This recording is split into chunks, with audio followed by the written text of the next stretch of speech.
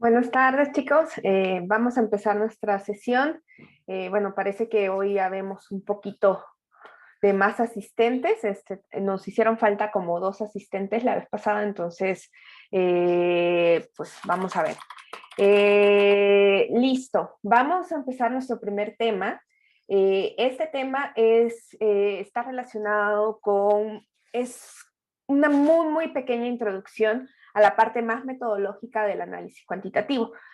Probablemente ustedes van a poder profundizar de esto en algún curso de metodología, o bien en algún curso más adelante que ustedes tengan, porque pues podríamos pasar hablando de estos elementos metodológicos un buen rato, ¿no? Entonces, antes de empezar con todo, déjenme termino de escribir solo una cosita en mi votación, porque voy a hacerles 2 preguntas. Entonces, quiero saber cómo están estos ánimos antes de empezar. Son 2 preguntas que no hay respuestas ni falsas ni verdaderas.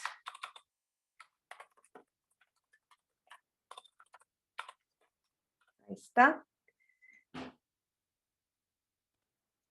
Y vamos a iniciar esta votación.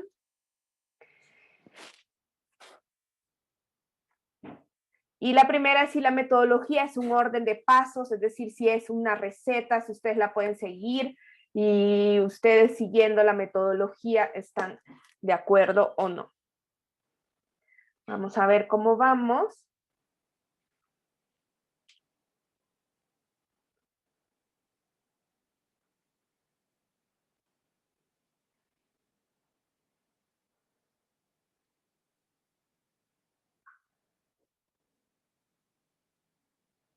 Nos faltan 2 votos nada más de 2 personas.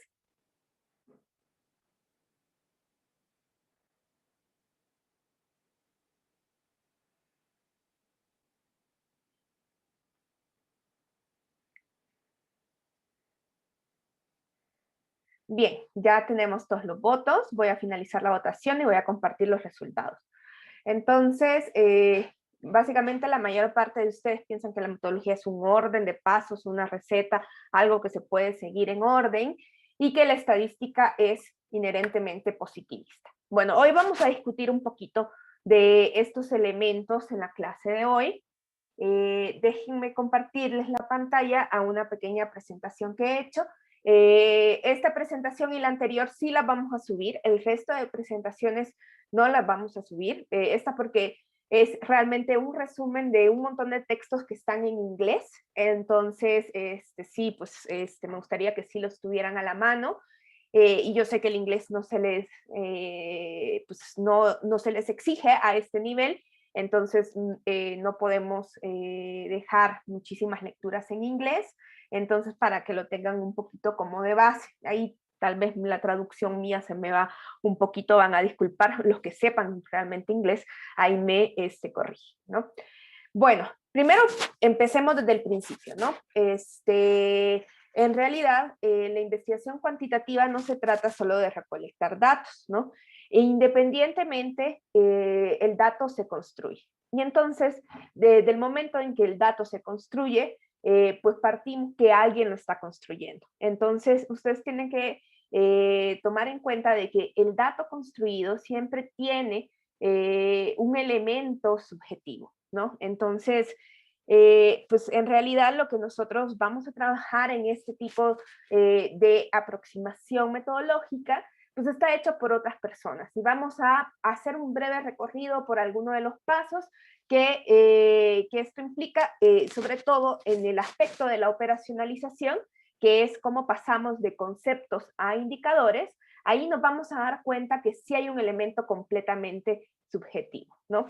Estos datos que nosotros construimos pretenden dar cuenta de hechos, ¿no? En nuestro caso, porque estamos en la Facultad de Ciencias Políticas y Sociales, lo que nos atañen son los hechos sociales, ¿no? Y normalmente lo que queremos es que los hechos se relacionen con una teoría, ¿no?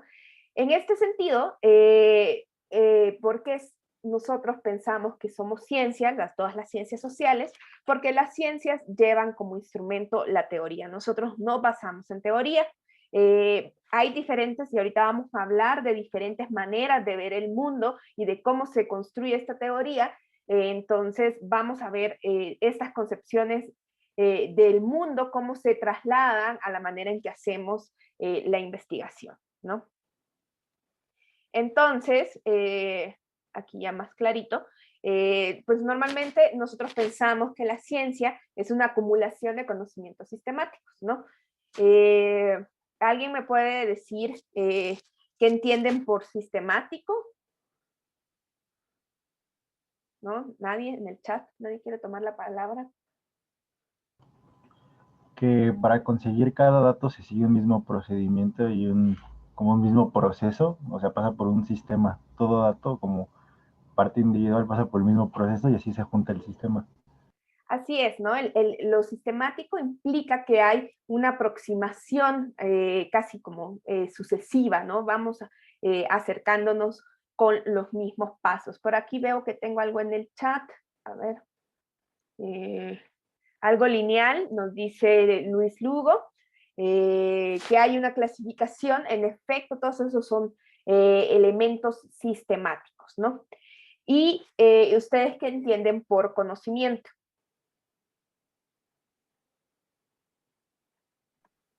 ¿Puedo hablar? Sí, claro. El conocimiento ya es toda esta información, todo estos datos que ya están procesados y con los que ya se puede ir, digamos, más a fondo a explicar o incluso de construir toda esa información, esos datos que se tienen. Es ya el proceso final, digamos. En efecto, ¿no? Nosotros pasamos de tener datos a volverlo información, porque hay un sistema, hay un orden en esa información, y entonces eso se nos vuelca al conocimiento, ¿no? Entonces, en realidad la ciencia es un método que nosotros usamos para el acercamiento de ese mundo empírico, ¿no? Y sobre todo, desde la perspectiva más cuantitativa, está muy marcada por las proposiciones lógicas, ¿no? ¿Qué pasa si algo sucede, ¿no? ¿Cuál sería el efecto? Y esto vamos a ir profundizando a lo largo de estas primeras sesiones, porque vamos a discutir así brevemente un poquito sobre la causalidad, ¿no? Entonces, en realidad, lo que todos intentamos hacer es comprender el mundo en el que vivimos, ¿no? Y en ese sentido, esa comprensión nos lleva a crear estas teorías. Los hechos necesitan de esta teoría para que tengan sentido, y los hechos, que son observaciones empíricamente observables, jamás producen ciencia si los hubiéramos juntado al azar. O sea que nosotros tenemos ahí un montón de información que hasta que pasa por el conocimiento humano, ¿no? La podemos ordenar, le damos sentido, podemos conocer y comprender un poco el mundo en el que vivimos o hacer un retrato de ese mundo empírico, y eso nos lleva hacia al conocimiento y la ciencia. Entonces, de alguna manera, la teoría ya dijimos que es un instrumento de la ciencia, ¿no? Las teorías van a definir la orientación principal de una ciencia, y esto va a tomar en cuenta sobre todo las clases de datos que vamos a abstraer de ese mundo empírico, ¿no? Probablemente nosotros en ciencia política vamos a tener un tipo de datos fundamentales, por ejemplo, la opinión pública, ¿no? Esta pequeña pregunta que yo hice, de acuerdo en desacuerdo, era una pregunta de opinión, ¿no? Y yo les dije, no hay cosas que estén falsas ni verdaderas, ¿no? Es una pregunta de opinión, ¿no? Entonces, en ese sentido, vamos a distinguir, ¿no? Si fuéramos biólogos, probablemente vamos a tener otro tipo de datos, si estuviéramos con unos tubos de ensayo, tomando muestras de sangre. Entonces, todo eso está definido por las ciencias que nosotros estamos utilizando. Las teorías presentan un esquema de conceptos, ¿no? Entonces, hay que distinguir que cuando nosotros estamos haciendo investigación, hay elementos que son abstractos, conceptos, por los cuales nosotros podemos sistematizar y clasificar los hechos que observamos, y esto lo vamos a ver más claramente cuando discutamos un poquito de la operacionalización. Y estas teorías lo que nos hacen es resumir los hechos en generalizaciones empíricas o sistemas de generalización.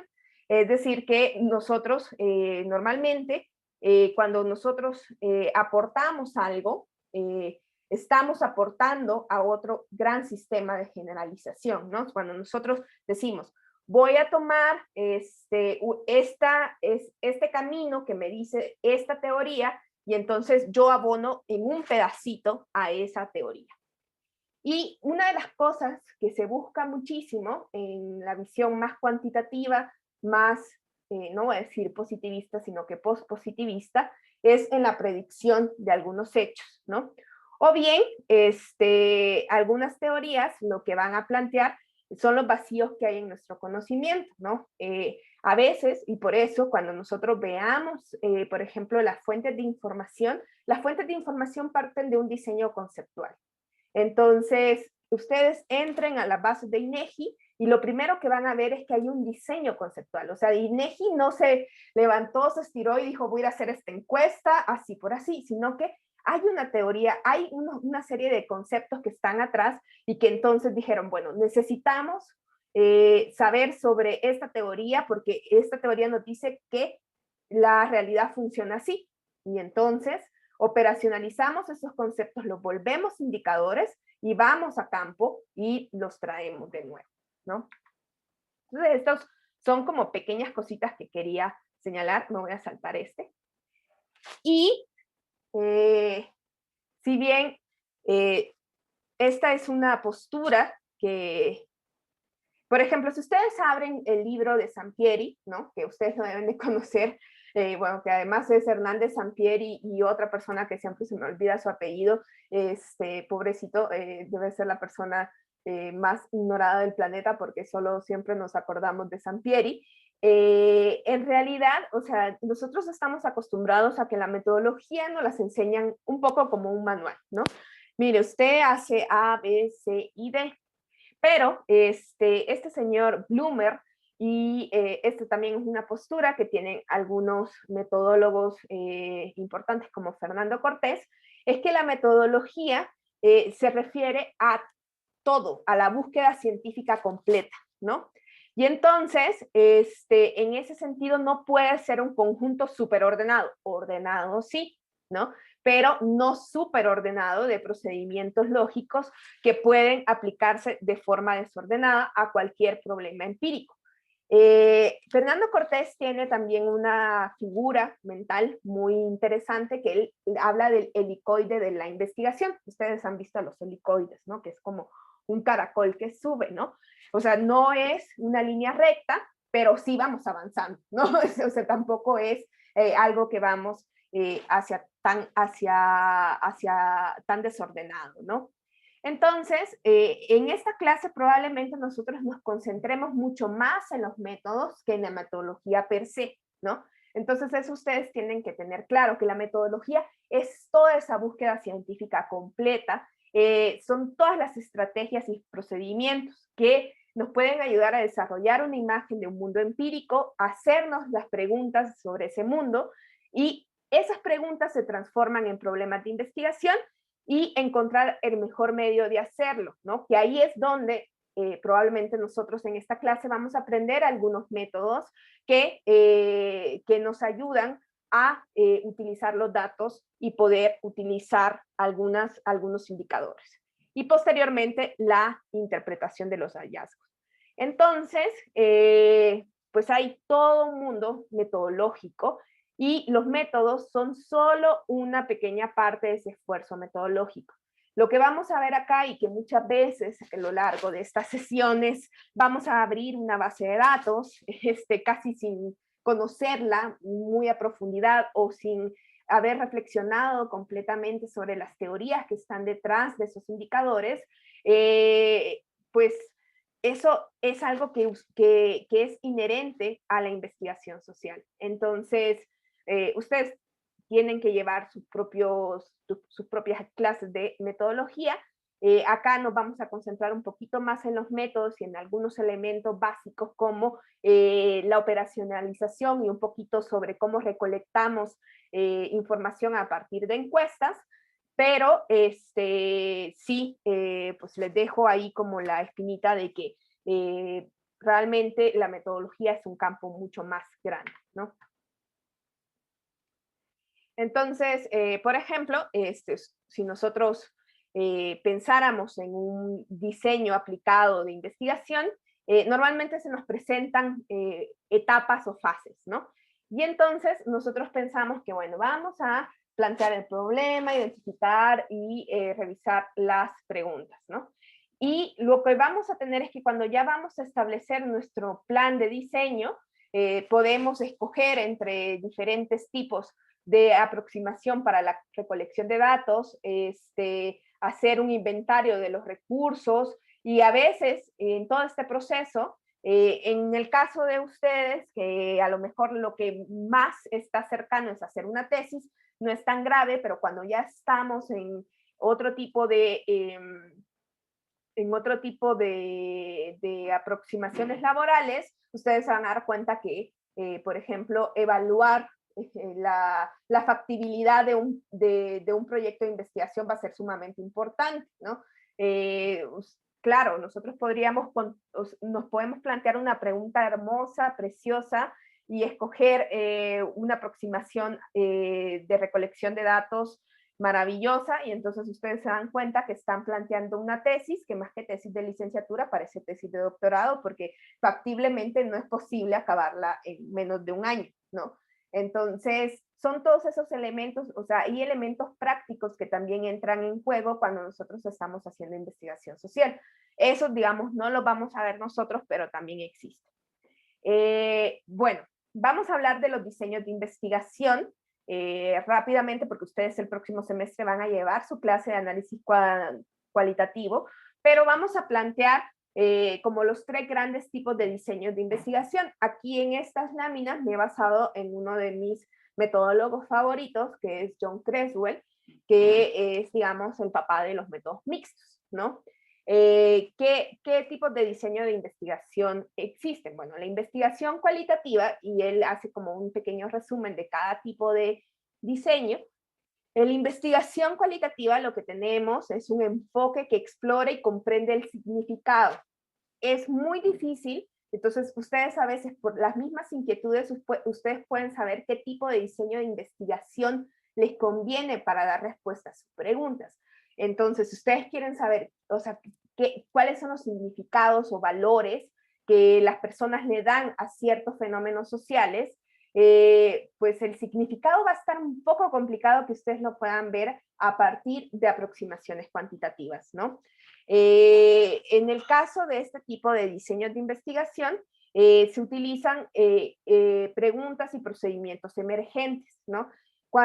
Y ya vamos a discutir un poquito también más adelante de en qué casos podemos usar cada uno de los tipos de diseño de investigación. Son datos típicamente recopilados en el entorno del participante. Los análisis de los datos se hacen en forma inductiva, es decir, desde los detalles a temas generales, y el investigador interpreta el significado de los datos. Y esto es como esa aproximación, y se utiliza sobre todo cuando, por ejemplo, a lo mejor se sabe muy poco de una población, de una situación o de un fenómeno, pues es difícil imaginarse una encuesta cuando sabemos pocas cosas. Entonces probablemente, aunque yo sea super cuanti y alguien llega con una pregunta que netamente solo puede ser respondida a partir de un diseño de investigación cualitativo, pues yo no lo puedo obligar a que tenga una aproximación cuantitativa, ¿no? Entonces, a lo que voy es que depende mucho más del problema que de la persona, ¿no? De lo que queremos estudiar. En este tipo de investigación, y quizás por esto queda a veces ahí, pues la gente va a decir, bueno, es que lo que pasa es que los cuantitativos son más cuadrados, porque incluso cuando se presenta la información, ustedes ahorita ya les voy a enseñar algunos ejemplos de estos diseños de investigación. Ustedes se van a dar cuenta que incluso la manera de escribir es un poco más libre, ¿no? O sea, los elementos se exponen de manera más flexible y, y no, digamos, no son tan, ya ahorita ya les voy a enseñar la cajita clásica de una investigación cuantitativa. A ver, déjenme solo que acaba de entrar Eugenio de nuevo y lo tengo que nombrar coanfitrión. En el caso de la investigación cuantitativa, no se preocupen que todos nos caemos del internet. Yo estoy así porque mi internet no ha estado tan bueno últimamente. En cambio, ¿qué vamos a hacer en la investigación cuantitativa? Vamos a tener un enfoque que va a partir de teorías y sobre todo que examina la relación entre las variables. En el caso de lo cualitativo es más emergente, ¿no? Entonces el proceso de construcción de las teorías, y por eso ya vamos a hablar de la visión, por ejemplo, constructivista, porque la teoría se va construyendo para los cualitativos. En cambio, para los cuantitativos, nosotros partimos de teorías que ya existen y se examina sobre todo relación entre variables. Ya vamos a ver que hay otros elementos que podemos incorporar, no solamente relación entre variables, pero eso de los elementos fundamentales. Entonces, cuando estas variables son elementos que pueden medirse, ¿no? Y que normalmente los hemos recolectado a partir de instrumentos que registran números, datos numéricos, ¿no? Y que los vamos a analizar utilizando los procedimientos estadísticos. Entonces, va a llegar un momento en esta clase donde vamos a tener que ver estadística, ¿no? El informe escrito tiene una estructura muy estable y ustedes, o sea, van a abrir cualquier artículo y, bueno, incluso por eso quizás es un poquito más fácil de revisar los artículos y si ustedes están haciendo una revisión de literatura, bueno, lo cuanti empieza introducción, revisión de la literatura y antecedentes, teóricos y antecedentes de contexto. Entonces hay un apartado de eso, hay un apartado de datos y métodos, resultados y discusión. Y si uno medio se quiere salir de ahí, a veces te vuelven a meter, ¿no? A veces yo me he querido poner un poquito más creativa en mis apartados y en algunos artículos me dicen, vuelva a esta forma, por favor, no se salga del esquema, ¿no?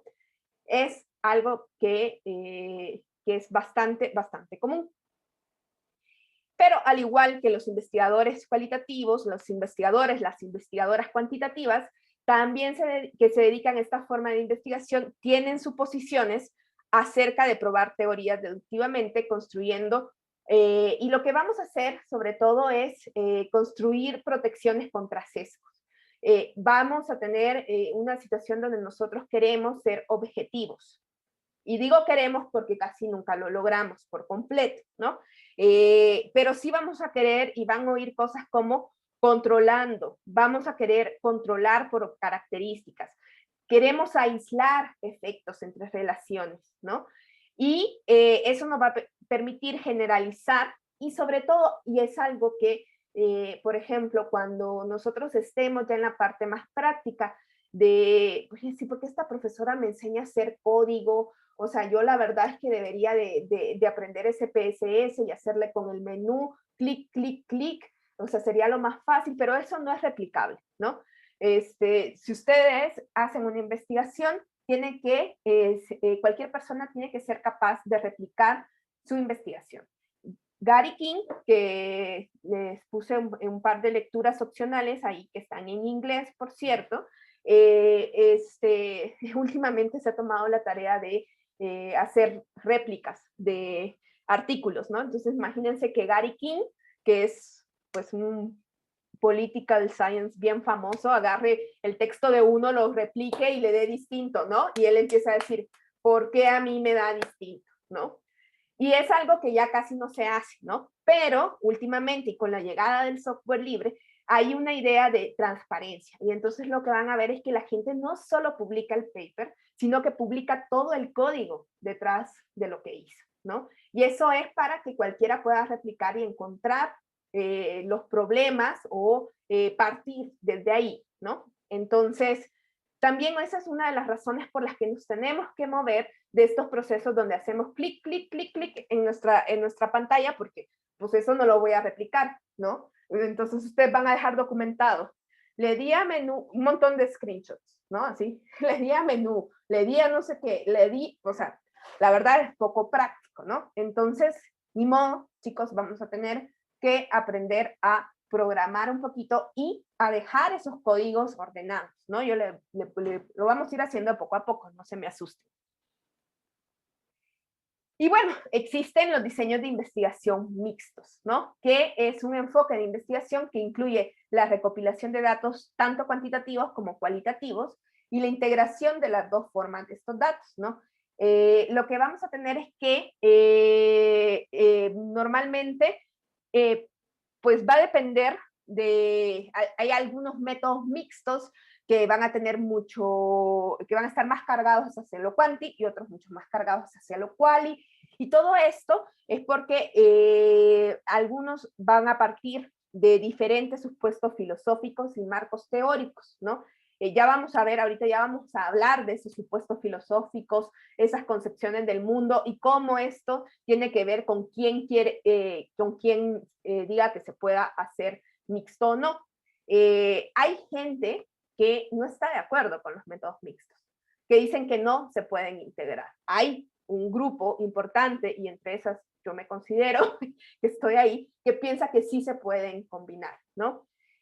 Pero, por ejemplo, hay personas que de los dos lados, ¿no? De lo quanti y de lo quali, dicen que no se puede mezclar, ¿no? Entonces, pues la situación política adentro de las ciencias sociales es interesante, ¿no? De cómo se van haciendo estas cosas. Y un poquito, para que ustedes se dieran cuenta de eso, tiene sentido la lectura que les dejé para que ustedes vayan viendo cómo existe toda esta diversidad, ¿no?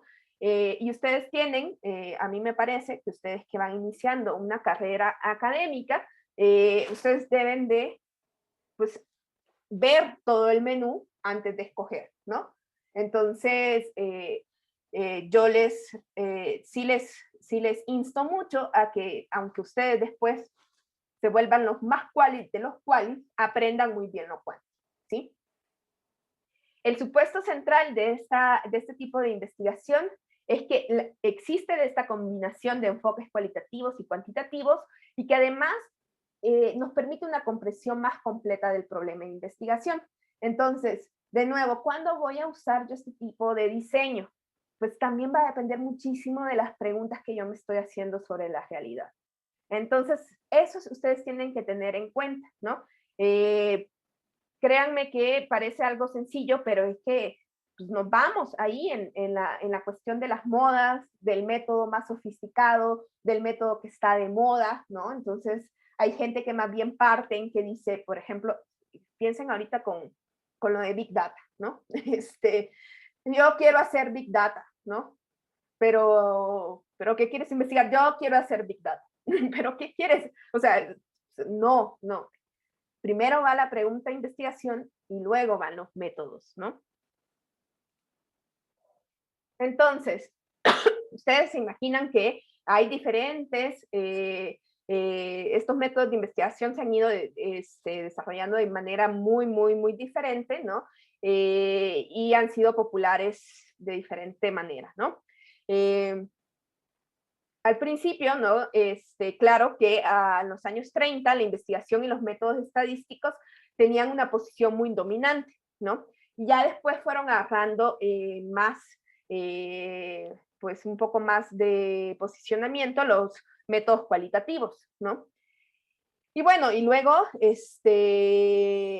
ustedes ya, si leen otra lectura, que por ahí se la voy a poner opcional, que es también sobre cómo esta lógica política que también puede existir y que además el cómo hacemos investigación está situado en un momento histórico y político. ¿Por qué es que de repente en América Latina le agarramos un odio a lo cuantitativo? Bueno, había una situación política específica donde se le estaba dando mucho más importancia a cómo funcionaban los grandes procesos sociales que estábamos viviendo en los años 70, 80. Y además, si además a partir de ciertos métodos, por ejemplo, la presencia de los Chicago Boys en América Latina, no sé si ustedes conocen la historia de los Chicago Boys, me imagino que sí, que era la escuela de Chicago que pues llega a Chile, ¿no? Y empiezan a hacer un montón de políticas económicas basados en modelos estadísticos que provenían de la escuela de Chicago, ¿no? Entonces esos eran los famosos Chicago Boys. O sea, hay un montón de elementos que juegan en la popularidad y en el desarrollo de ciertos métodos. Y bueno, y el que existe ahorita, además, que está promoviendo el análisis de la información es pues el acceso a la tecnología. Entonces, esos son los elementos. En el caso de los diseños de investigación mixtos, estos nacieron un poquito después, más o menos empezaron a ser como famositos ahí como por los 80s, ¿no?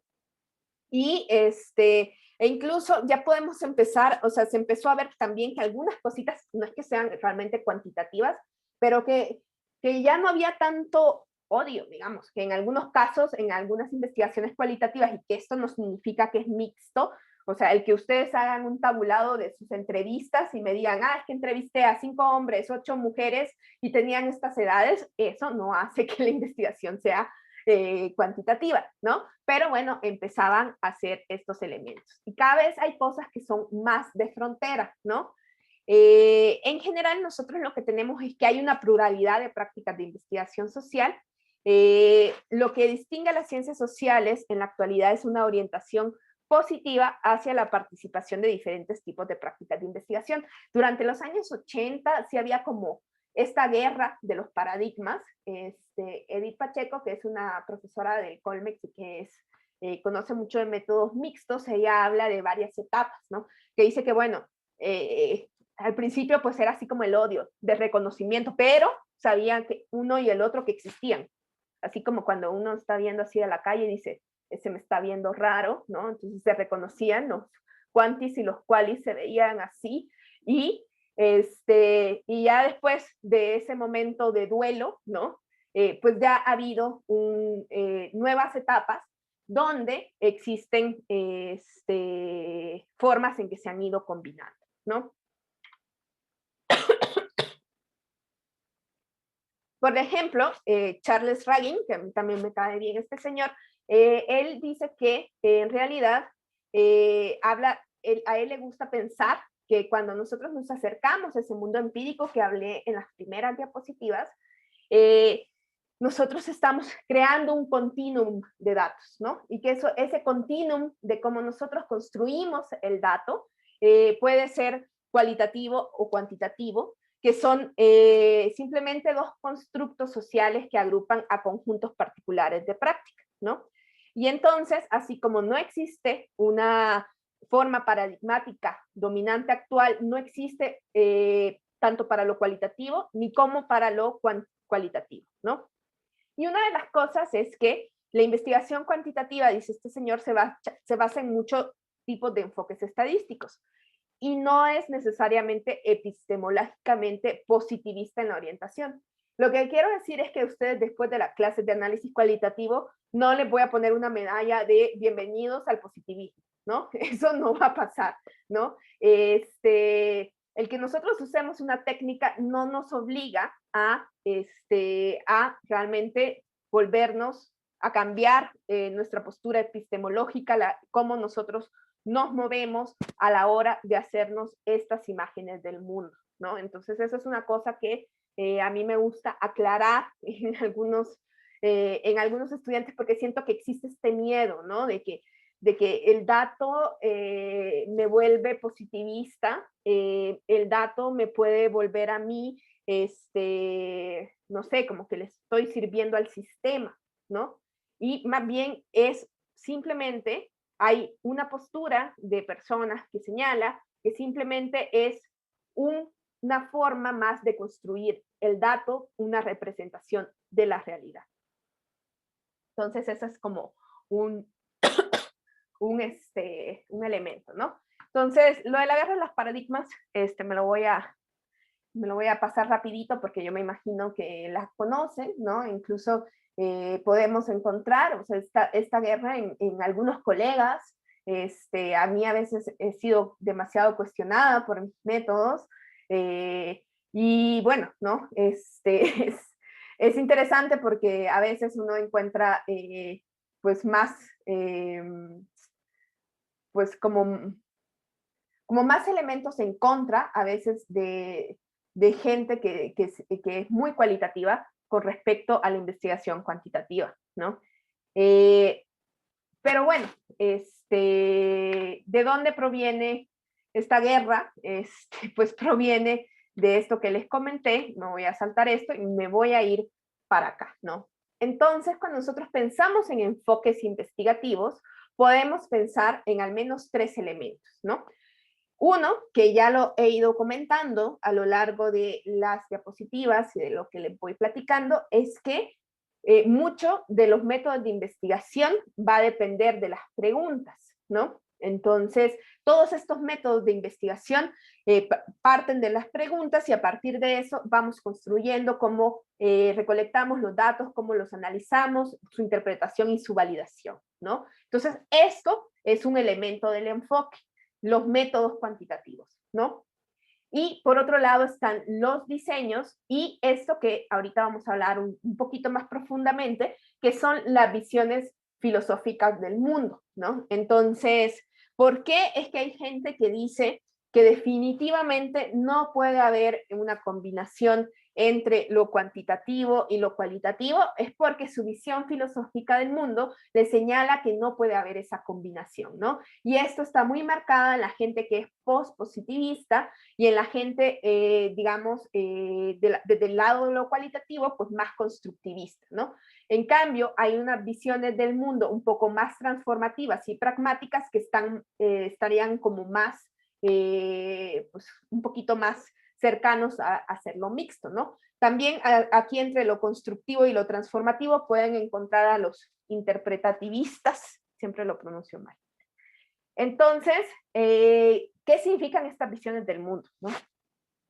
Los pospositivistas, y ojo que además ya estamos en el pospositivismo, ya incluso ni en la filosofía, ni en la física están en el positivismo. Ustedes recuerden que, por ejemplo, está Heisenberg que nos dice que para saber la trayectoria de unas partículas tengo que perder su posición, y para saber la trayectoria tengo que perder un poco de la posición, el principio de incertidumbre de Heisenberg. Después de todos estos elementos, la física, que pasamos de la física de Newton a la física de Einstein, pues el mundo cambió y ya no podemos decir que somos esos positivistas, ni siquiera en las ciencias más duras, ¿no? Pero los pospositivistas sí van a tomar en cuenta que pueden determinar algunos fenómenos y que además está marcado por cierto reduccionismo, que no necesariamente es algo completamente negativo. El que yo trate de decir, bueno, existe esta realidad, yo no puedo explicarla toda. Entonces yo reduzco en el sentido en que yo elijo ciertos elementos de la realidad para poderlas explicar.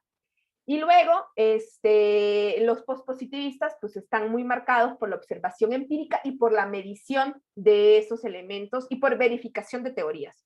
En este caso, y sobre todo en estadística, incluso tenemos maneras de lenguaje que están muy marcadas por el pospositivismo, porque en el pospositivismo nosotros ya sabemos que no podemos replicar todo, y entonces siempre vamos a estar hablando de controles, de que podemos o no podemos aseverar esto. Cuando lleguemos a inferencia vamos a decir cosas tan entreveradas cuando hagamos pruebas de hipótesis, como la de, es que no puedo rechazar la hipótesis nula. No puedo rechazar. ¿Cómo? Entonces, ¿la acepta? No, no rechazo. ¿Cómo? ¿Por qué hablamos así? Bueno, porque los métodos estadísticos provienen del pospositivismo. En el caso del constructivismo, pues queremos comprender los fenómenos, se les da significado y pueden haber múltiples participantes, de ahí emerge la teoría y se construye, y hay una construcción social e histórica. En el caso de la visión del mundo más transformativa, está muy orientada hacia las políticas, está orientada hacia la justicia y hacia el cambio. Ustedes acá pueden encontrar, por ejemplo, toda esta investigación que se hace a partir de diagnósticos para alimentar las políticas públicas, por ejemplo. Y luego está la pragmática, ¿no? Que está muy centrado en el problema, que es pluralista, que está orientado a la práctica en el mundo real y que está marcado por las consecuencias en las acciones. Entonces, por acá se pueden dar los mixtos, ¿no? Pero para que ustedes vean como el mapa y a dónde vamos a estar, ¿no? Y aunque oigamos algunas cosas como reduccionismo y determinismo, que parecen como terribles, pues en realidad en la práctica lo que hacemos, es decir, yo digo que esto pasa, usamos muchas suposiciones lógicas, si todo lo demás permanece constante, entonces siempre el pospositivista es muy cuidadoso el lenguaje y va a decir esto. Ustedes en la primera sesión, cuando me decían de que las cosas que no les gustaba de las estadísticas era que todo estaba dado, que era como muy cuadrado y que era como el dato duro. Vamos a ir viendo poco a poco que esta cuestión del dato duro en realidad es más suavecito de lo que ustedes se pueden imaginar. Nosotros cuando hacemos estadística y sobre todo cuando lleguemos a la parte de inferencia, lo que vamos a decir es que, mire, puede pasar de aquí a acá y ahí, esto que yo le estoy diciendo, entre A y B, pues yo estoy 95% tengo confianza, ¿no? O sea, durísimo, durísimo, no, ¿no? Entonces, eso es uno de los elementos que distingue al pospositivismo. Entonces, ¿cuáles son los supuestos ya así más fundamentales y que lo vamos a oír muchísimo, ¿no? Primero, los pospositivistas parten del conocimiento como conjetural. En inglés esto se llama anti-foundational. Partimos de que la verdad nunca se puede encontrar, ¿no? Esto es porque es el pospositivismo, no el positivismo. Así, la evidencia establecida en la investigación es siempre imperfecta y falible. Es por esta razón que los y las investigadoras afirman que no prueban una hipótesis. En cambio, vamos a decir que no se ha rechazado la hipótesis, ¿sí? Porque siempre, siempre sabemos que no, o sea, cuando yo hago una encuesta y quiero hacer inferencias sobre la población, yo estoy clara que no fui a la población, ¿no? Lo tengo claro desde el principio. Sé que lo que tengo es imperfecto y falible, ¿no? Y que yo puedo dar cierto nivel de certezas, pero no puedo dar una certeza completa. Y luego, la investigación es el proceso de hacer afirmaciones y luego refinar o abandonar algunas de ellas para elaborar otras reivindicaciones más fuertemente justificadas. Es decir, que nosotros partimos de probar una teoría, ¿no? Entonces, y de acuerdo a los resultados, nosotros lo que vamos a hacer es o bien abandonar partes de esas teorías o reformularlas, ¿no?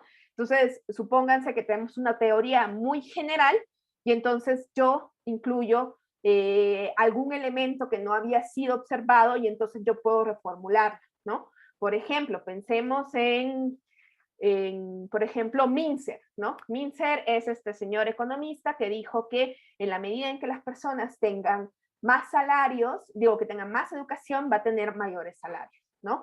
Y entonces yo digo, bueno, pero es que eso funciona, entonces mucha gente que se ha ido y que ha ido, y el mismo Mincer, ¿no? Ha ido reformulando su teoría que desde ese postulado tan general hacia postulados complementarios o que, bueno, le ponen el sexo, le ponen en ciertos lados o así sucesivamente, ¿no? Entonces, pero se parte de una teoría siempre, ¿no? Entonces, siempre, siempre, siempre tenemos un marco conceptual, porque nosotros partimos de ese concepto hacia el indicador, no al revés.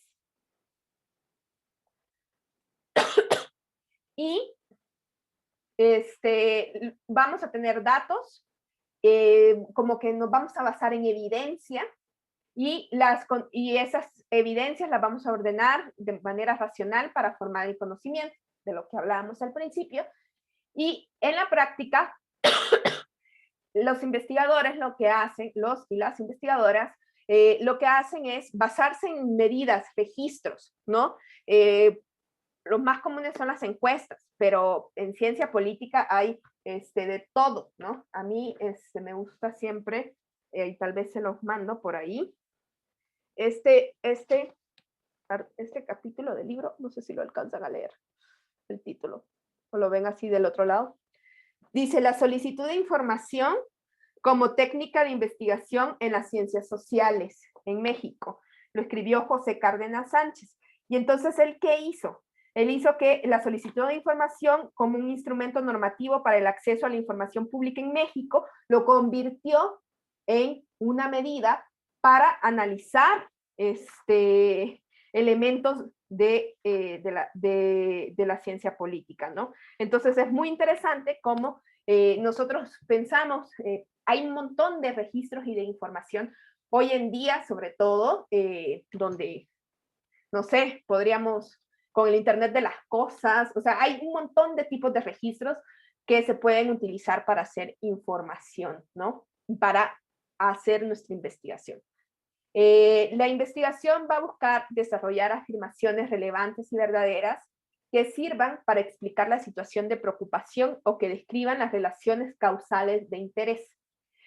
Esto, ahí el Philip y Borbolis, que está citado en Creswell, está marcado porque uno de los elementos que más se quiere y de donde parten muchas investigaciones es de tratar de buscar la causalidad, que ahí podríamos tener una discusión de si siempre buscamos la causalidad como fin último de la investigación, que no siempre es así, pero en muchas áreas del conocimiento, y yo creo que sobre todo en ciencia política es fundamental, porque si ustedes se imaginan, sobre todo en evaluación de política pública, la causalidad va a ser pues la pregunta, ¿no? Porque yo quiero saber si esta política está causando este cambio, ¿no? Para lo que fue diseñado, ¿no? Entonces, en el caso de la ciencia política, la discusión sobre la causalidad va a ser muy fundamental, ¿no? En ese sentido se va a ir, podemos pasar de buscar relación entre las variables a buscar la causalidad entre las variables.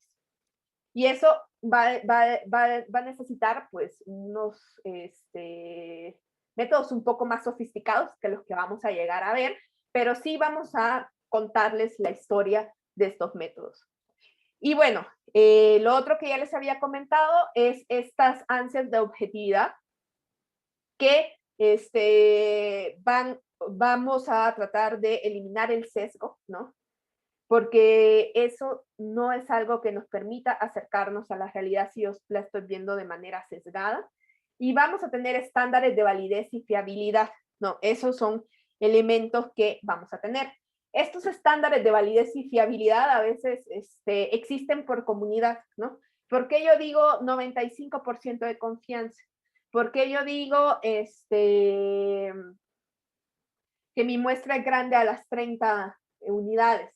Todos estos elementos también, por más que sean estándares y que yo quiera ponerme este traje de persona completamente objetiva, en realidad están marcadas también por una comunidad. Incluso vamos a discutir un poquito algunos de estos estándares de fiabilidad y algunas ideas que existen en la estadística y que están siendo discutidas actualmente, sobre todo en términos de las pruebas de hipótesis.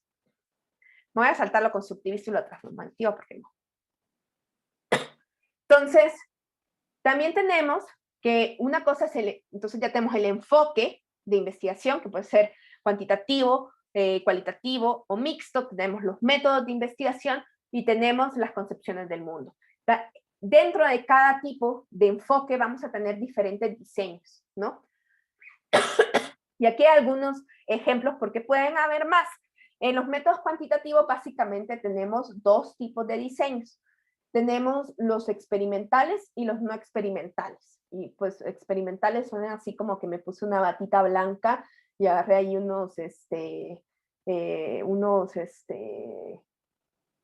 ratoncitos y me puse ahí en el laboratorio, ¿no? Parece así, pero no. Ya vamos a hablar de eso. Y los métodos cualitativos les pongo ahí, probablemente ustedes los vean después o en otras materias. Se van a dar cuenta que, por ejemplo, existe la investigación narrativa en lo cualitativo. Por ejemplo, en un diseño que es muy, o sea, por ejemplo, que es el más positivista de lo cualitativo, es la teoría fundamentada, porque tienen un montón, ellos quieren partir sin sesgo, tienen cositas raras los de la teoría fundamentada.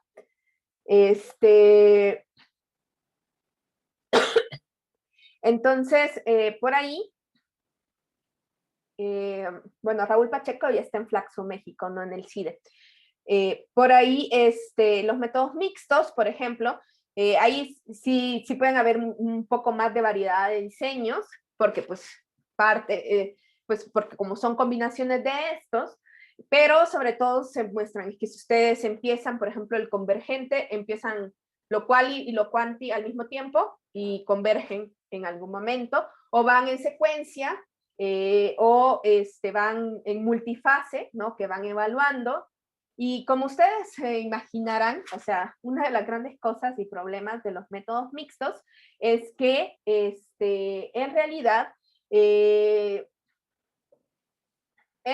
los métodos mixtos son sumamente caros, ¿no? Son investigaciones un poco más largas, ¿no? Imagínense tratar de hacer una cuestión quanti, luego lo quali, también requieren muchísimo más del investigador, o bien tener un grupo de investigación, ¿no? Entonces vamos a hablar de estos dos diseños, los diseños experimentales y los diseños no experimentales. Empecemos primero por los no experimentales, que son los que más vamos a usar en esta clase, que son las encuestas. Un poquito acá, antes de irme a los diseños, creo que me equivoqué acá. En el caso de los métodos cuantitativos, ¿cuándo vamos a usar estos métodos? Cuando nosotros tenemos elementos que están predeterminados, porque tenemos preguntas basadas en instrumentos, podríamos tener registros, datos observacionales, y lo que vamos a hacer va a ser análisis estadístico, interpretación estadística. Si ustedes ven en los métodos cualitativos, los usamos más como en partes emergentes, preguntas abiertas, no tenemos elementos abiertos, tenemos datos de entrevista, análisis de texto, de imagen, patrones, y en los métodos mixtos vamos a tener un poquito de esas dos. Entonces, más o menos nosotros vamos a movernos acá, pero después vamos a movernos un poquito de ahí, vamos a hablar de otros tipos de investigación.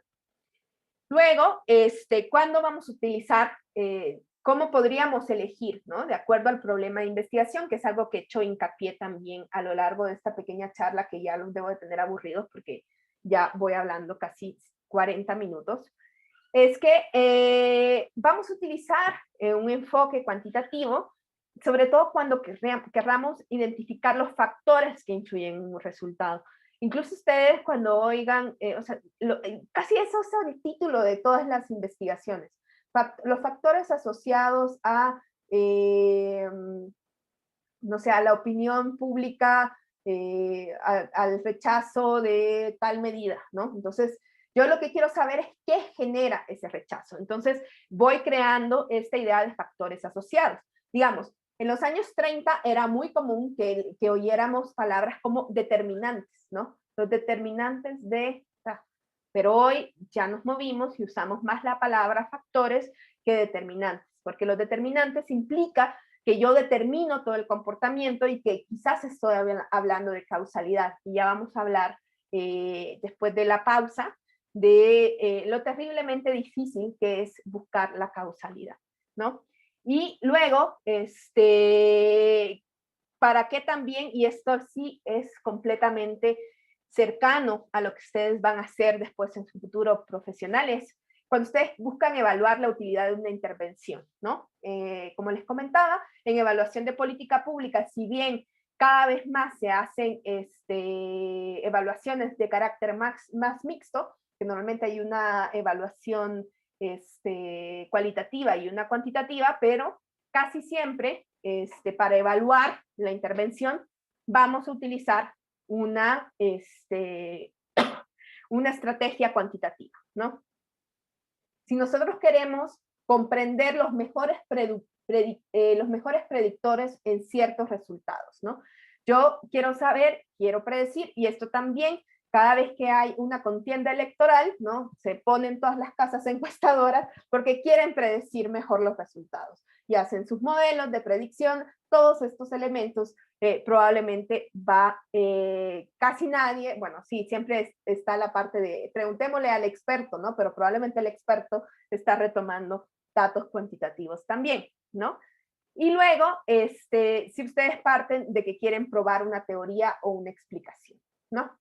Entonces, si ustedes ven, o sea, definitivamente, si ustedes quieren estudiar a una población de la que no se sabe nada, rara vez podrían empezar con lo cualitativo, ¿no? Con lo cuantitativo. Y bueno, ¿cómo elegir el método, no? Que ustedes van a decir, bueno, después de este semestre que yo llevo análisis cuantitativo, el siguiente semestre voy a llevar análisis cualitativo. Yo como, ¿por qué me dan tanto? Bueno, para que ustedes elijan, ¿no? Pues hay experiencias personales, ¿no?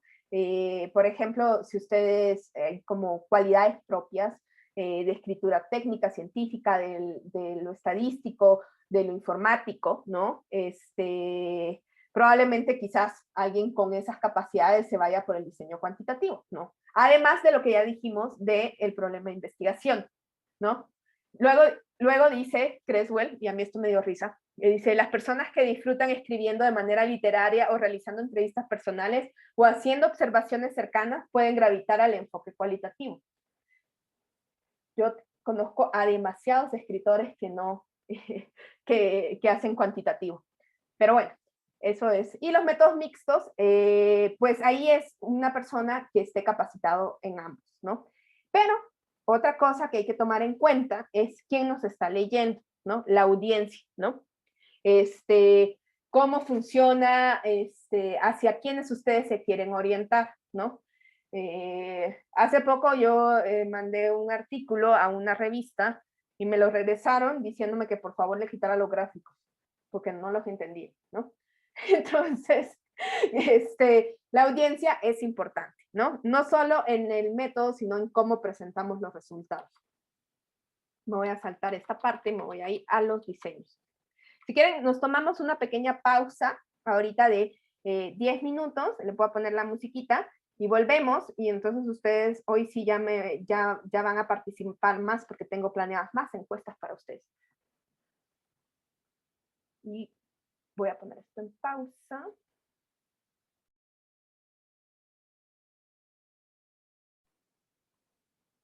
Bueno, chicos, vamos a retomar.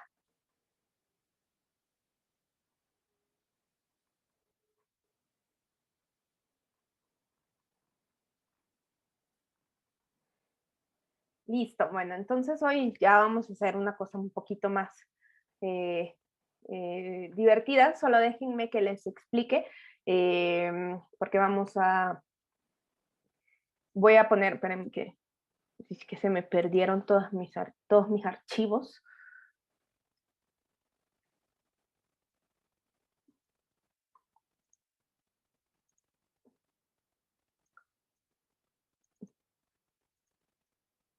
Estoy perdida en mi propio monitor.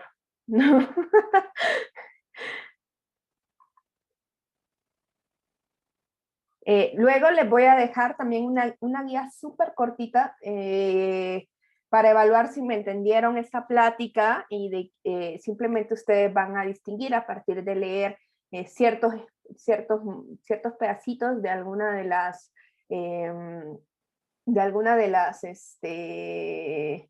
ya sea del abstract, digo, del resumen, perdón, intento siempre hablar un poquito menos en inglés, pero ni modo, siempre me sale, de los resúmenes de los artículos, o bien de ciertos espacios de la metodología, para que ustedes distingan qué tipo de enfoque tienen los artículos, ¿no? Y que a ustedes les queda claro y que también ojeen y vean esto, ¿no? Que cómo se presenta la información de manera diferente, el tipo de lenguaje que se usa.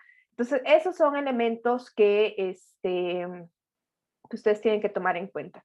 Déjenme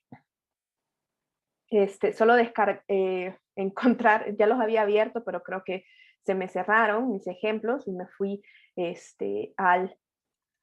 porque quiero enseñarles que es como el que a mí me encanta siempre presentar este artículo, porque da cuenta desde el abstract esta idea y igual primero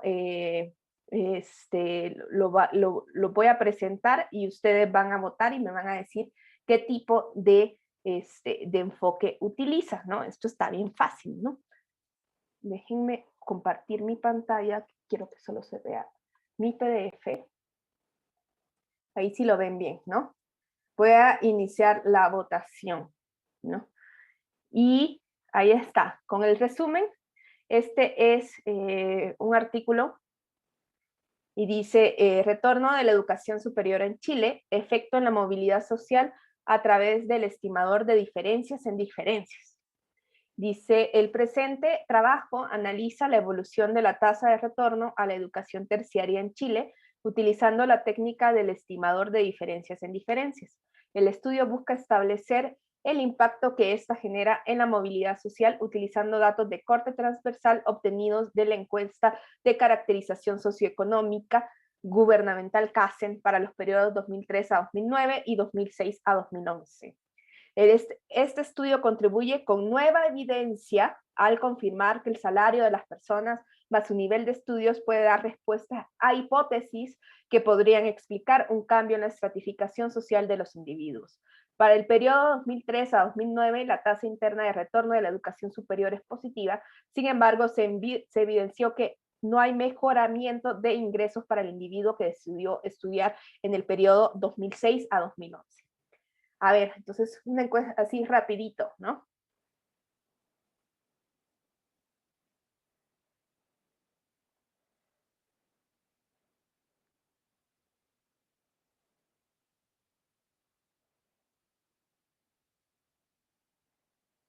¿De dónde obtuvo los datos? Fíjense el lenguaje.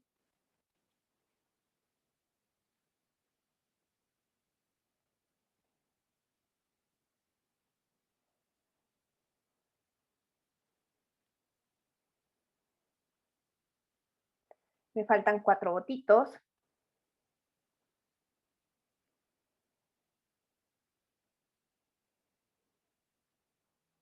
Ahí está. Miren, estuvo medio, medio peleado, pero en realidad, pues, sí, los que contestaron que es cuantitativo, es un enfoque cuantitativo. A mí este abstract me gusta muchísimo, casi siempre lo pongo de ejemplo, porque me gusta porque dice que contribuye con nueva evidencia, ¿no?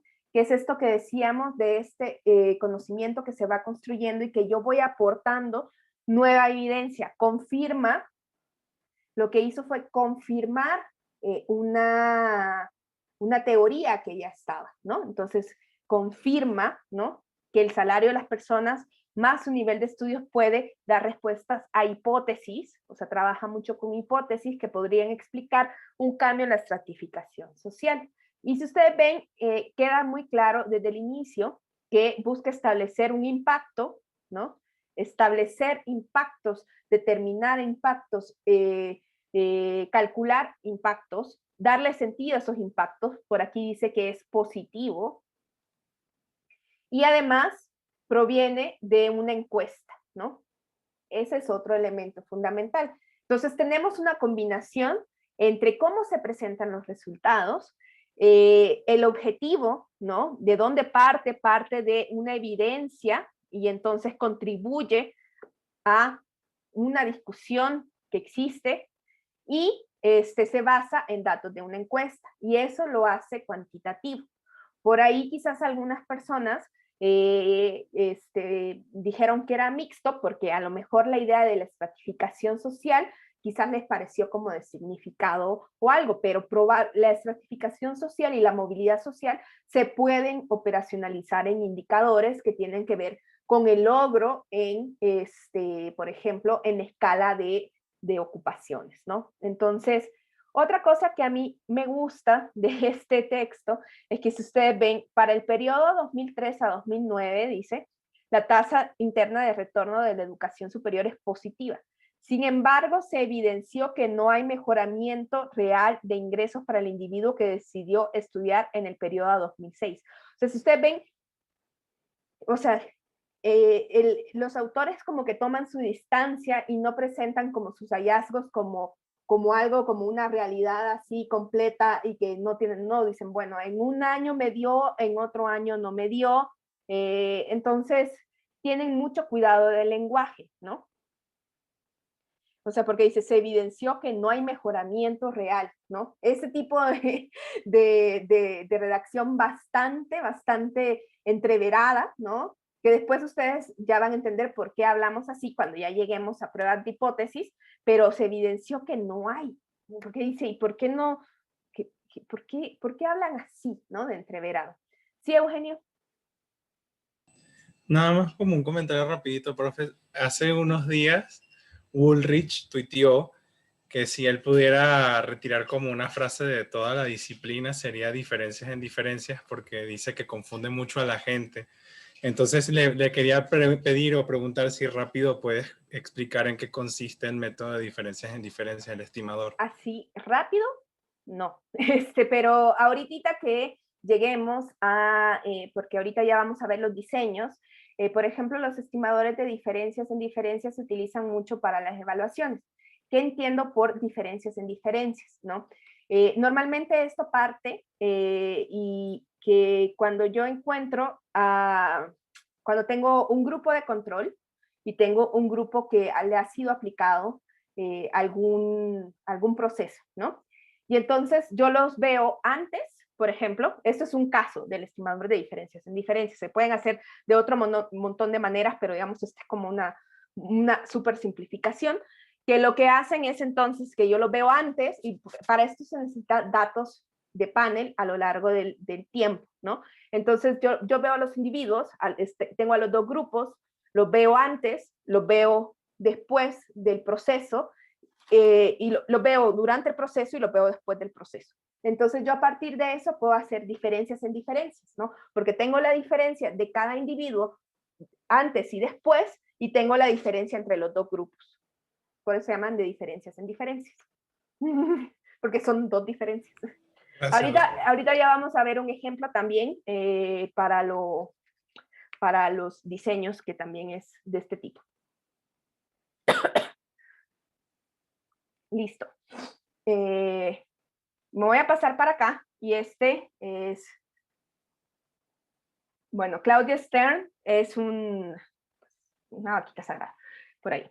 Entonces él estudia los estereotipos de género, relaciones sexuales y embarazo adolescente en las vidas de jóvenes de diferentes contextos socioculturales de México.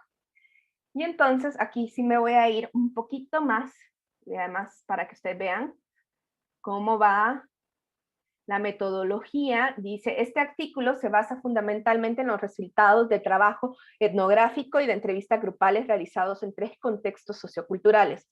Un sector marginal urbano de la Ciudad de México, un sector popular en Matamoros, Tamaulipas, y un sector de la clase media alta de la Ciudad de México. Más adelante describiremos algunas características de estos contextos. El criterio principal para elegirlos, los tipos de contexto marginal, popular, clase media, se fundamentan en nuestra tesis de que el embarazo adolescente y los fenómenos relacionados con esto presentan diferencias importantes entre los estratos o las clases sociales. Con base en dicha tesis, buscamos 3 contextos sociales que pudieran ubicarse en estratos diversos y que permitan observación de las similitudes y diferencias que se presentan entre ellos en relación con un fenómeno de bajo estudios. El trabajo etnográfico incluyó visitas a las comunidades durante un largo periodo, observación de la vida cotidiana, recopilación y análisis de datos secundarios, entrevistas con informantes claves, conversaciones informales con jóvenes y padres y la participación en algunos eventos sociales. Hoy les lanzo para que ustedes me digan qué tipo de enfoque utiliza esta investigación.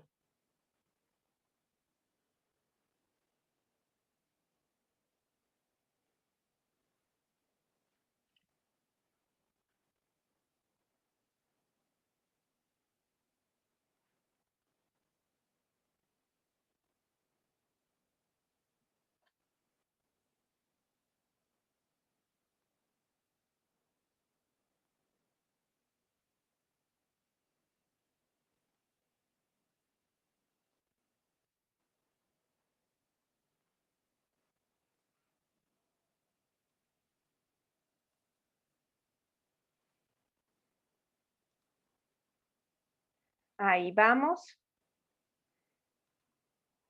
Y bueno, aquí ya hubo una mayoría que sí declaró que este tipo de enfoque era completamente cualitativo, ¿no? Si bien, no sé si ustedes ven, sí había algunos elementos, por ejemplo, que utiliza análisis de datos secundarios, pero el trabajo es completamente etnográfico y es un poquito lo que discutíamos, que hoy hay como cositas más de frontera y les decía, bueno, es que hoy cuando se presenta lo cualitativo, pues normalmente pues no es raro que la gente haga un cuadro de las respuestas que le dio lo cualitativo, ¿no? Digamos, cada vez más hay ciertas formas de presentación que van combinándose, ¿no? Si ustedes ven, por ejemplo, hay mucha gente que piensa y hay toda una discusión, por ejemplo, estas nubes de palabras que son hoy tan famosas, ¿no? Que bueno, que, que yo digo, bueno, pues eso no estoy clara yo de si una nube de palabra, ¿qué valoración estoy haciendo yo sobre las palabras, ¿no? De un discurso, ¿no? Por ejemplo, que se pone. Eso estoy analizando las palabras en términos de lo que significan las palabras y entonces a mí me parece que si una persona utiliza mucho esa palabra y de acuerdo a lo que significa la palabra, entonces hay cositas que son como un poquito más de frontera, ¿no? Al análisis de discurso es análisis de discurso, ¿no? Y yo al poner una pequeña tabla donde digo cuáles son las palabras que se expresan más, yo no sé si eso lo hace cuantitativo, ¿no? Pero definitivamente, si yo no analizo el significado de las palabras y simplemente empiezo a hacer un conteo así loco de un montón de discursos, pues ahí, entonces, si bien hay algunas formas de presentación que han ido moviéndose a lo largo de las investigaciones, ustedes van a ver de que en general esto es un trabajo etnográfico con entrevistas grupales que se ayudó de algunas otras elementos de contexto, ¿no? Y esto es fundamental, sobre todo, en un montón de artículos sobre ciencia política, sobre todo en los que comparan casos. En ciencia política, cuando están comparando los casos, por ejemplo, eligen un grupo de países, ¿no? Ahorita ya vamos a ver unos que están hechos con la POP, eligen un grupo de países, ¿no? Por ciertas características, y entonces vemos que llega un momento en que a lo mejor sí retomamos algunos elementos secundarios, de información secundaria para describir a cada uno de los casos, ¿no? Por ejemplo, si yo digo, voy a estudiar estos países y digo, este país tuvo esta trayectoria en el Producto Interno Bruto, pero en realidad lo que yo estoy haciendo a lo mejor es comparar las posturas políticas y todo eso, todo lo demás es contexto. Entonces a veces sí se vuelve un poquito más complicado de definir exactamente si o sea, no hay, probablemente esta no es una investigación quali purísima, ¿no? Porque utilizó otras fuentes de información y por ahí probablemente eso explica porque algunos pusieron mixto, pero digamos, es una investigación que al tener como fuente principal de investigación las entrevistas grupales, ¿no? La hace cualitativa, ¿no? Y porque tiene también un diseño etnográfico. Por ahí quiero ver en el chat, no sé si hay alguna. Yo, profesora, Sí. por ejemplo, el texto que mandó al Classroom, ahí como que ya me confundí, porque cuando lo leí, por un momento pensé que era cuantitativo, pero después ya como que empecé a notar varias cosas cualitativas, entonces me quedé con la idea de que podría ser mixto, pero ahorita ya me volví a confundir y estoy pensando que en una de esas es meramente cualitativo con algunas tendencias cuantitativas. Justo ese texto ya lo tenía yo aquí abierto. Porque justo les iba a preguntar eso, ¿no? Que si ya lo habían revisado. Yo soy de la idea, dado de que hace un análisis de los cuadros y establece como uno de los elementos para justificar la prueba chi cuadrado, yo soy de la idea de que es cuantitativo. Porque si ustedes ven, a ver, espérense, Rodrigo Salazar. Pero o sea, para llegar a eso, primero necesita como un análisis de los textos, ¿no? De los 231 textos. Ese Entonces, para mí de alguna manera es un poco mixto, Espérense, ay, ¿por qué no se me abrió aquí? Aquí está. Lo voy a poner para que lo discutamos.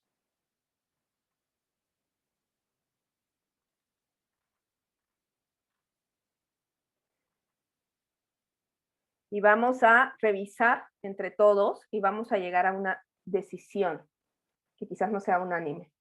Ahí está. No es este. Y aquí ya les iba a comentar también de si habían revisado la de Coneval.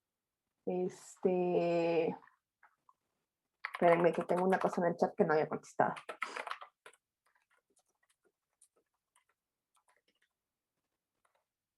Ahí está. Entonces, veamos. En el resumen dice, diversos comentaristas afirman que la ciencia política mexicana ha seguido el modelo estadounidense y arrastra todos sus vicios, mientras que otros consideran que la disciplina en México está lejos del estándar estadounidense, pero esa debería de ser la meta. Este debate ha estado más presente en el terreno de las impresiones que en el de la evaluación sistemática del estado de la ciencia política mexicana. El artículo analiza una muestra de 231 trabajos de ciencia política publicados en 3 revistas académicas consolidadas. Contrario a las creencias sobre la americanización de la ciencia política mexicana, los resultados muestran que esta es dominantemente descriptiva, monográfica y cualitativa, ¿no? La conclusión principal es que más allá de debatir la preeminencia de algún método en particular la disciplina en México contribuirá más a medida que se discutan aspectos sustantivos de los métodos y procesos de investigación. Ahí está. Para mí, si proviene de una muestra, para mí es que la base de datos, o sea, sí existió una operacionalización de indicadores, o sea, sí hicieron un análisis de los indicadores. Eso es lo que yo pienso, ¿no? Ustedes, y ahorita podemos discutir, si opinan lo contrario, ¿no? Entonces, dice acá, el presente análisis se basa en la producción de artículos publicados en 3 de las revistas académicas más prestigiosas en México. Ahí están. La elección de estas revistas obedece a un criterio de consolidación. De acuerdo con el sistema de investigación practicado en México, en el país hay 32 revistas científicas en el área de las ciencias sociales y en 9 de estas se puede considerar que al menos eventualmente se publican artículos de ciencia política. Ahí está. Para ser incluidas en este grupo, las publicaciones deben seguir prácticas que promueven que los artículos publicados tengan un nivel Y acá ya están, ¿no? De cómo las seleccionaron, ¿no? Por impacto, términos temporales. Para delimitar nuestro universo de análisis decidimos excluir las notas biográficas y reseñas, por lo que nuestra base de datos se compone exclusivamente de artículos de investigación publicados. Asimismo, el total de artículos registrados, seleccionados únicamente los de ciencia política, entendiendo por ciencia política el estudio del gobierno, sistemas y procesos políticos, comportamiento político y políticas públicas. Con base en ambos criterios, tenemos un total de 713 artículos. Ahora bien, de los 713 artículos registrados, excluimos 109 que no entran en la categoría, mientras que 99 corresponden a grosso modo a la teoría política, es decir, abordan ya sea temas de historias, ideas políticas. Así pues, el número total de artículos empíricos de ciencia política, o sea que es ciencia política, son 604, con el objetivo de simplificar el análisis. De los 604 artículos empíricos se tomó una muestra aleatoria simple de 235 artículos, con un nivel de confianza del 95 y un margen de error de más o menos 5%. Sí, yo creo que acá es un poco más de frontera, ¿no? Porque sí, todos estos criterios, hay muchos elementos, pero cuando ellos hacen esto, aquí lo vuelven, porque hacen una muestra aleatoria, ¿no? Entonces le generan el componente aleatorio, que el componente aleatorio, cuando nosotros lo vamos a ver, este componente aleatorio tiene que ver con, casi siempre cuando pensamos en aleatoriedad, y ya vamos a hablar de esto cuando hablemos un poquito más de experimentos, es que lo aleatorio nos parece como la solución al sesgo, ¿no? Lo aleatorio al azar, o sea, si yo les digo, pues voy a ver aquí y de acuerdo, ¿qué les parecería más justo? Si yo les digo, les voy a regalar un punto a los que tengan el mismo signo de zodiaco que yo. va a parecer injusto, ¿no? Así como, basta. En cambio, si yo digo, voy a seleccionar al azar, ¿no? Entre todos ustedes, ¿a quién les regalo un punto? El azar nos aparece siempre como un elemento que quiere eliminar el sesgo, ¿no? Pero tienes razón en que en todo el procesamiento que hace y todas las distinciones que hace y todos los criterios que hace, pues están como muy identificando a un elemento bien específico y una población muy específica de artículos, ¿no? Entonces es un poquito de frontera, porque además lo que va analizando dentro de cada uno son elementos muy particulares que estamos acostumbrados a, porque además sí les da como sentido, ¿no? Pero ellos, al hacer esto, y sobre todo, porque uno de los elementos que ellos van colocando a lo largo de los textos es, por acá ya empiezan a hacer una prueba chi cuadrado, ¿no? Esta prueba chi cuadrado, que la vamos a ver, es una prueba estadística que nos permite ver si hay una relación entre ambos, ¿no? Entonces ellos empiezan a hacer, bueno, los artículos de ciencia política tienen una relación entre el diseño y la pregunta, ¿no? Y entonces ellos establecen una condición estadística para poder afirmar si existe una relación o no, ¿sí? Entonces, para mí es cuantitativa, pero, pero ¿tú qué pensabas? ¿Por qué lo pensabas como cualitativo? Bueno, es que cuando lo leí sí pensé que, o sea, sí llegué como a la conclusión de que era cuantitativo, pero después como que me puse a pensar justo en cómo empieza a recopilar todas estas variables y cómo empieza como a elegir los textos y después en otros ejemplos como de tabla me daba la impresión que solamente estaba cuantificando ciertas cualidades que después del análisis dentro de los textos.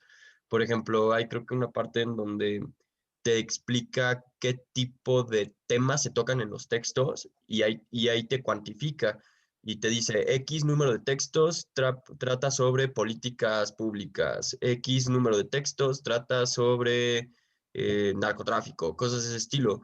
Entonces, por eso como que me llegó un punto en el que me dio la impresión que era meramente cualitativo, pero pues ahorita, o sea, como que todavía me está costando un poquito ver la parte cuantitativa, al menos ya lo pude ver con el ejemplo que ahorita usted puso, pero yo creo que sí me diría que es mixto en ese caso.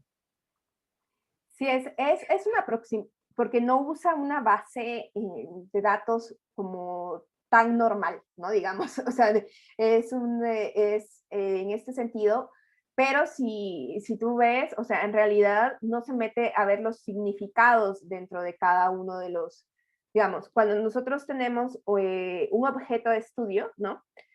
En este caso, los objetos de estudio son los 231 artículos, ¿no? ¿Y qué observamos de cada uno? Variables. Claro que esas variables, y vamos a ver que hay diferentes tipos de variables, y no quiero que se confundan entre que existan variables cualitativas, que miden cualidades, y variables cuantitativas, que miden elementos que son continuos o numéricos, ¿no?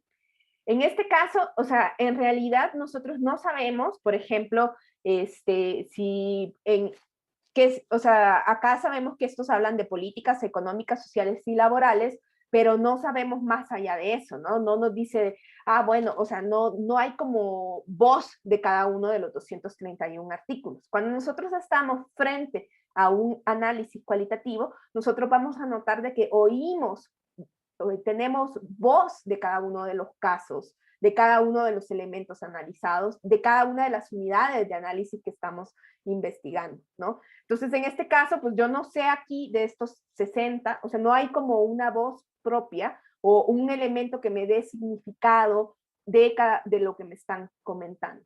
¿Sí, Manuel? Sí, yo creo que un punto que para mí, digamos, puede explicar esta diferencia entre lo quanti y lo quali en este trabajo en específico es que dice que no pretende hacer juicios sobre la calidad de los artículos, sino catalogar los artículos y explicar sus características, porque como dice Ana, si fuese más cualitativo, quisiese investigar o sea, la calidad de esos artículos más que cómo podemos categorizarlos. Así es. Queda más claro así. Muchas gracias, Manuel. Ahí está, pero muy, muy buena intervención, Emilio. Gracias por recordarnos de que yo lo tenía acá. También tengo que está en inglés, pero sobre todo porque si ustedes ven, este es también un artículo este está basado en la POP, que nosotros vamos a usar esta fuente de datos, lo vamos a hacer únicamente para México, y entonces aunque está en inglés, si ustedes ven, compara la participación y las percepciones en Latinoamérica, pero con un enfoque sobre todo en México. ¿Y qué es lo que hacen? Entonces, como que a veces, y yo quería presentarles esto porque normalmente cuando hablamos de significado y cosas así, pensamos que no podemos estudiar percepciones de manera cuantitativa, ¿no? Pero si nosotros operacionalizamos esas percepciones como lo hace en la POP, ¿no? Que es la encuesta que nosotros vamos a usar, es la encuesta, ahorita se las muestro, Vanderbilt. No siempre me sale otra cosa si no le pongo, ahí está. La POP es el proyecto de opinión pública de América Latina de la Universidad de Vanderbilt, y este es el que vamos a usar nosotros. Ustedes ven, están todos los países, acá tenemos México, y aquí está el cuestionario. Entonces, lo que ustedes van a ver en el cuestionario es que sí podemos preguntar cosas de opinión pública, si bien no podemos, o sea, como que ustedes tienen una situación donde cuando quieren estudiar opinión pública, de alguna manera están estudiando lo que las personas quieren decir, pero a partir de cuál es la diferencia. ¿Se acuerdan de mi laminita donde yo decía que los métodos cuantitativos son predeterminados, ¿no? Aquí yo no le di chance a las personas de hablar, sino que les digo, sino que les pregunto, por ejemplo, en escalas, ¿no? Acá, no sé por qué salió el que está en inglés, creo que es el que está en español. Entonces, lo que vemos es que podría parecer que yo no puedo estudiar percepciones de manera cuantitativa, pero si yo vuelvo a las percepciones, las operacionalizo y las vuelvo en un sistema predeterminado, entonces yo las vuelvo variables que se pueden contabilizar, y esto es lo que se hace muchísimo en los estudios de opinión pública, es que, por ejemplo, tenemos este tipo de escalas, ¿no? Entonces se le da una escala al entrevistado, por ejemplo, usted le dice, bueno, usted hágase una escala mental que vaya del 1 al 10, ¿no? Y entonces, por ejemplo, ¿cómo podría yo estudiar de manera cuantitativa si una persona es de izquierda o de derecha? Bueno, entonces yo le digo, mire, si usted se pone de una escala del 1 al 10, ¿no? Con usted diciendo 1 izquierda y 10 derecha, ¿dónde se posiciona? Y eso es una de las maneras en las que se puede estudiar de manera predeterminada algunas convicciones, algunas creencias, y vamos a estudiar esto un poquito más cuando ya veamos cuestionarios, pero es predeterminado. Yo no le pregunté a la persona, ¿y usted se considera de izquierda, de derecha? ¿Por qué? ¿Cuáles son sus valores de izquierda?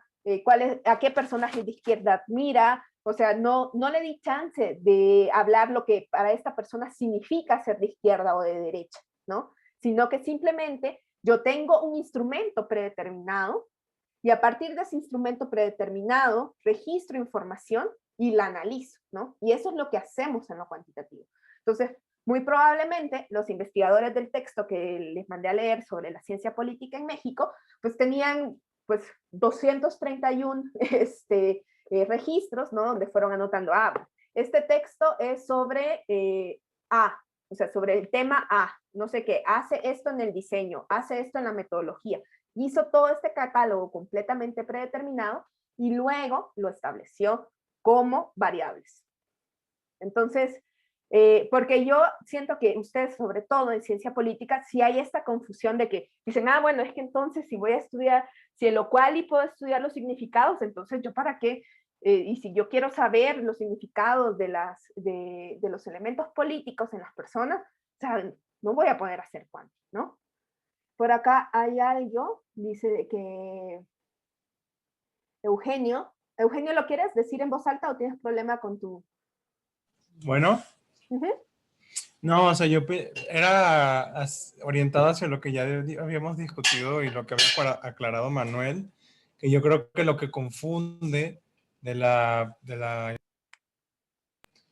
investigación del profesor Salazar Arena es que como parte de un universo que es como muy quali, porque son muchos textos y todos son muy distintos, eso puede ser como la fuente de confusión, pero ya cuando hace el muestreo, ya es quanti, porque usa métodos pues aleatorios. Exactamente, y lo que hace, no solo utiliza métodos aleatorios, sino que tiene un instrumento predeterminado de temas, diseños, o sea, no hay espacio, ni siquiera es abierto, ¿no? O sea, no hay una pregunta abierta, sino que son como categorías muy exhaustivas, ¿no? De cada uno de sus componentes, ¿no? De diseño, de pregunta, de países, de objetos, de años de publicación. Todas esas cosas que él hace en las tablas son variables, ¿sí? Y las va relacionando entre sí.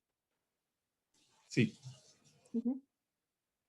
Entonces, sí les quería mostrar este artículo, porque dice que, se lo voy a tratar de traducir, dice que existe una abundante, entonces ven también la manera en cómo se escriben los resúmenes. Los resúmenes siempre parten de una posición por ejemplo, en este caso, habla de que existe una literatura, o sea, está haciendo siempre relación a lo que ya existe, ¿no? Entonces, hay una literatura empírica sobre cómo la corrupción se estudia a partir de los diseños de encuestas. La línea de investigación predominante relacionada a las percepciones de la corrupción con respecto a las instituciones y los procesos. Esa es la línea predominante. Y la otra, hay una línea de investigación que se le ha prestado menos atención, que corresponde a los reportes sobre los individuos en la participación de la corrupción. Entonces, ellos lo que hacen es tomar estas dos dimensiones de la corrupción que normalmente están conflated. ¿Cómo traducirían conflated? Interrelacionadas, imbricadas. Este artículo explora la relación entre las dos. Entonces, si ven, explora la relación entre dos variables, dos diferentes mediciones de corrupción y busca diferenciarlas entre ellas. Y se usa información a nivel de país y a nivel de individuos, y el análisis muestra que están débilmente relacionadas. Y aquí viene lo que se dice, estos muchachos no podrían ser más cuantitativos y pospositivistas, porque dice, aunque la causalidad todavía no queda clara, ¿no? Lo que te dicen es, mire, yo no estoy midiendo causalidad, ¿no? Es una de las cosas que siempre, cuando veamos sobre todo correlación, ahí vamos a tratar de usar un lenguaje de no tratar de implicar causalidad cuando no tenemos evidencia para presentar la causalidad. Y entonces, dice que hay distintos determinantes que generan los distintos resultados de estas corrupciones. Este análisis subraya la necesidad de especificar los hallazgos en la literatura y que las causas y las consecuencias de la corrupción se relacionan más a la corrupción percibida que a la corrupción real, ¿no? Entonces, este es un texto que está súper padre, que utiliza la fuente, porque vamos a ver que es una fuente que se ha seguido a lo largo del tiempo, y que es una fuente muy usada porque tiene muchas preguntas de cosas políticas. Ay, miren, muchachos, no me dijeron la hora. Bueno, ya vi la hora y nos quedan 6 minutos, entonces, bueno, vamos a acabar acá. En la próxima sesión empezamos entonces a hablar de los diseños experimentales y cuasi experimentales, y también vamos a hacer esto, y ya cuando terminemos esa parte, entonces también vamos a tener un pequeño cuestionario donde ustedes también de selección múltiple van a irme diciendo, este es un experimento, este es un, y así. Bueno, entonces nos vemos el lunes, chicos. Bye. Chao. Adiós. Gracias. Hasta luego. Hasta el lunes. Gracias. Gracias, profesora. Hasta luego. Bye.